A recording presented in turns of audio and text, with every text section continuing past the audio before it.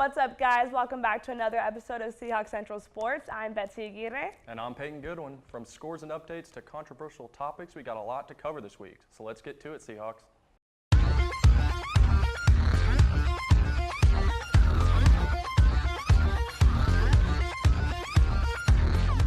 The second annual men's basketball banquet was truly a night to remember, filled with family, food, and company from Hall of Famer and UNC men's basketball coach Roy Williams.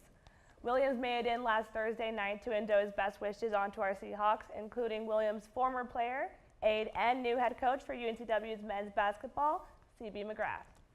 During his speech, Williams gave some memorable advice, telling our Seahawks this: if you make sacrifices for the common goal and you don't care who gets the credit, your team will be better off, and at the end, you will benefit. High key, some really good advice to set our Seahawks off in their upcoming season. Thanks, Coach. Men's golf is getting some attention after they placed third out of 15 teams in the Golf Week Conference Challenge in Iowa this past week. On the final day of the tournament, Hawks had the most birdies and shot the lowest round of the day. Individually, senior Thomas Eldridge was the standout for UNCW, matching his career low of 7 under par. Eldridge finished the tournament tied for 5th place out of the pool of 80 golfers. Men's golf will be back on the course the 6th and the 7th of October for the UNC Intercollegiate. Big news for us here. Seahawks Central Sports has a new Twitter page. So of course, follow at UNCW TealTV for all episodes and general TealTV news. But if you want important and exclusive UNCW athletic news as soon as it happens, follow our new Twitter at TealTV_sports. We understand that scores and updates are constantly happening, and we want to keep you guys in the loop. Unfortunately, we don't always get to every single varsity and club sport that UNCW has to offer in our episodes every week. So follow our new page to stay in the loop with things that happen in between episodes. Again, our new page is at TealTV_sports, so give it a follow. Now, we usually stick to just sports talk on this show, but lately sports and politics have been meshing together.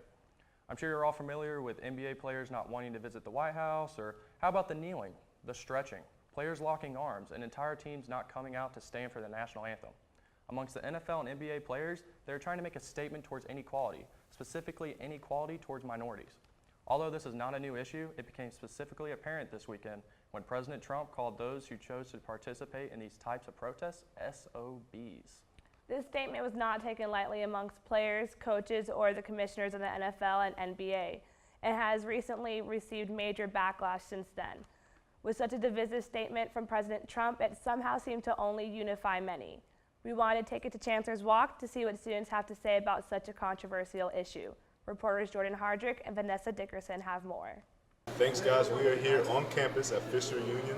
I'm Jordan Hardrick. I'm Vanessa Dickerson. We are here to ask our students what they think about the recent NFL protests and if it trickles down to college athletics. I think it's actually a big movement right now, and I think it could actually affect a lot of younger kids and younger generations trying to that look up to these big players. So I think it's their right. I think what would help the situation is if both sides came to an agreement and sat down and talked to each other to kind of see where everyone's perspective is coming from. Like for the people who feel they've been wronged by the system, if they sat down with people who fought in the war and get their perspective and vice versa, I think that would help both sides understand each other more. I think they're well within their rights. It's a basic American right to protest. And I also think it's very funny how Nazis can just go around and do whatever they want, but they're just free speech. But when a person of color wants to speak up, it's like this big disrespectful thing. I honestly feel like what's going on in our country is really sad because of the president.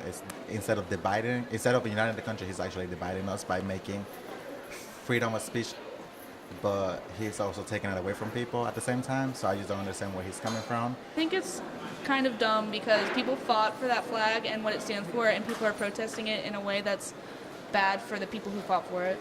A lot of people see it as disrespecting the flag, disrespecting people that have fought and served for this country. But in the same breath, I believe those people have fought and served to enable us with this right to have this free speech, to be able to bring issues that we see as relevant in our society to the front door. Rosa Parks on the bus, she wasn't protesting transportation, she was protesting what made transportation that way, and they're doing their part, and I think that's important. Do you think that college athletics will take the same route in terms of their protesting? I actually feel like they will, because it's kind of like a follow the leader type thing, and it'll progress I just don't understand where he's coming from. I think it's kind of dumb because people fought for that flag and what it stands for, and people are protesting it in a way that's bad for the people who fought for it. A lot of times you feel like you can have a price tag on you on what you can and cannot do. I think in college athletics it'd be a great time to take a stand for certain things you do believe in that can make this country better. It's about loving this country as a whole and understanding that if we love America so much, if we love what men and women have fought and died for us to be able to have, let's continue pushing so that way everyone can have the same equal rights, equal freedoms, equal liberties. I don't know. I kind of don't think so because we're on a lower level of politics and money. We ain't making that bread. I think definitely will, to be honest. I'm not saying specifically in University of Wilmington because we are a white predominantly school, but I can feel like it will at some point. No, I don't believe it'll go down to college sports because more control, I guess. They're younger and they actually have something, I guess, to live for, which is like scholarships and whatnot. So I don't think it'll be a collegiate problem. This is college. This is not the White House, honey. There you have it for Seahawks Central Sports. I'm Vanessa Dickerson. And I'm Jordan Harger. Back to you guys in the studio. Thanks, guys. That's a wrap from us here at Seahawks Central Sports. If you have a sport or club you want us to cover, reach out to us at our new Twitter page at TealTV_sports. I'm Payton Goodwin. And I'm Betsy Aguirre. Have a great weekend, Seahawks. We'll see you next week.